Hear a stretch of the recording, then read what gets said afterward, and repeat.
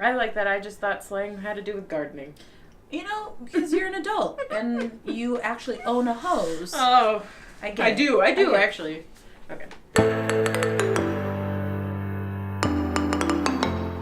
Welcome, people of the internet. I am Jackie. And I'm Erica. And we are here again with you, Justified Delirium. And this week we are talking about our personal journeys and how and when we came to the conclusion that we needed additional outside help.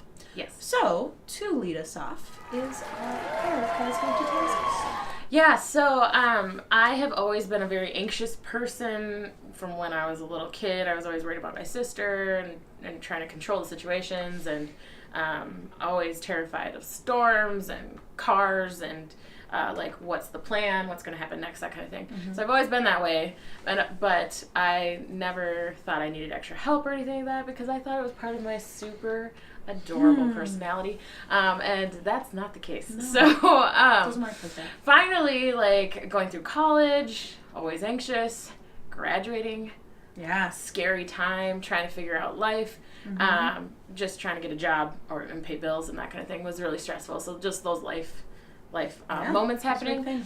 But 2013 is when I started having anxiety attacks frequently, several times a week for long periods of time.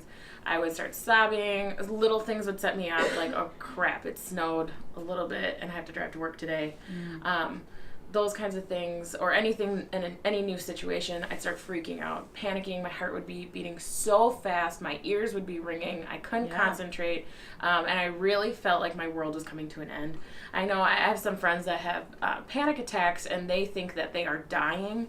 And I don't experience that. I feel like I am going to have to survive in a world that has ended. And that is, they're both horrible, horrible things to go through. So it came time for my annual physical. So fun. And I just went to the doctor, and they give you that little sheet to fill out. And it's kind of like, okay, what symptoms have you been experiencing in the last couple of weeks? So I decided, okay, whatever, I'm just gonna check the boxes. So I checked upset stomach and anxiety, and I'm like, whatever, nothing's gonna come out of this. Yeah. So then I suffered through the physical, but it's important. You need to do your physical. Go to your physical. It's important. So at the end, my doctor was like, okay, let's talk about this anxiety that you mentioned in the paperwork. And I instantly started sobbing, and I just couldn't handle it anymore. And I didn't go to the doctor with an actual plan. Sorry, I'm like watching Marty bathe himself. Marty, not right now. I didn't go to the doctor with a plan to actually bring up the anxiety that I was dealing with. I didn't know anybody who had dealt with anxiety, especially in my family or anything like that. But I just knew I couldn't do it anymore. If I was supposed to live life like this is too hard. I remember when you told me too. I totally remember we were in the car and you were telling me that hey, I'm gonna go see someone, and how it was a little controversial for your family. Yes. And I mean it's a hard thing to go through when you don't have anyone around talking about it. Yeah, definitely. People think you're just everyone's anxious. People are anxious about presenting. People are anxious about driving sometimes. Yeah. People are anxious about weather. Well, whatever, that kind of thing. But this is to a whole nother level where I have physical symptoms. I can't concentrate. I can't do things that I want. So, like I said, in 2013, the doctor finally was like, yes, there is something wrong because you have reacted so strongly to this simple question. So then I was prescribed Zoloft and have been taking that ever since. And it's a much more lengthy story than just that, but that's the summary of when I finally realized that I needed to ask for help. Thank you for sharing. Yes, Jacqueline. On to my story. So I first noticed something was off when I was in my teens. I started to have compulsions, and to control the environment around me. And then I also started to become very fearful of things that I've actually been doing my whole life, like flying or driving or shaking people's hands, other stuff like that. And so that was the first time that it really struck me that hey, maybe something is actually not right with me. But because no one was talking about it, I didn't actually think to talk to anyone, an adult or someone like my doctor about some of these things I was experiencing. So I kind of just like went about my life and just thought it was like kind of a quirk. And then in my early 20s, my symptoms of my anxiety started actually presenting themselves in a physical way. Mm-hmm. So in college, I actually developed shingles. I got an ulcer, and I started having like weird sleeping patterns. Mm-hmm. That's when I started really like saying, oh, this is like no one else in my family is experiencing mm-hmm. ulcers or this isn't normal. No, it wasn't normal. Mm-hmm. So but no one was talking about it still. And so I, again, went along with my life, didn't say anything mm-hmm. was happening. And then about the same time as Erica was experiencing her, like, revelation, I also was starting to develop, like, more severe symptoms. Yeah. So I started having heart palpitations, feeling very faint. I actually stopped eating regular meals because I, like, thought of some like ridiculous idea, like I developed like a weird illness that like I shouldn't be eating or something, and it just like snowballed and I was out of control.